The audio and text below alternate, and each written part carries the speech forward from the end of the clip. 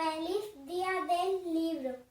El gato Garabato de Gloria Fuertes, Mare Nostrum, infantil, 5 años A. Señor, te vamos a dar un poema entre toda la clase. ¿Qué es eso que tiene el gato Garabato? Esto es un juguete muy barato. Es un juguete que me lleva a la luna en un periquete.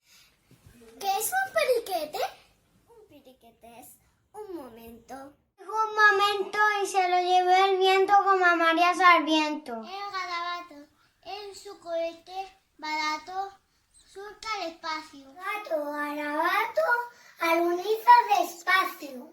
El gato Garabato no se encuentra nada en la luna. Un volcán que no funciona y ni una sola persona. Dejaros en la luna y yo soy gato.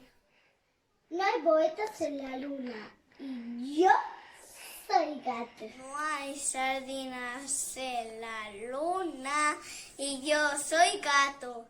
No hay ratones en la luna y yo soy un gato. Y no tengo nada que hacer. Este astrofrío me extraña. Vuelvo a España. En su cohete, juguete, raudo como una centella. Estoy gateando una estrella. El gato regateando. Más veloz que un avión. A su población. Hola chicos, viva la Como en casita, no está en ninguna parte.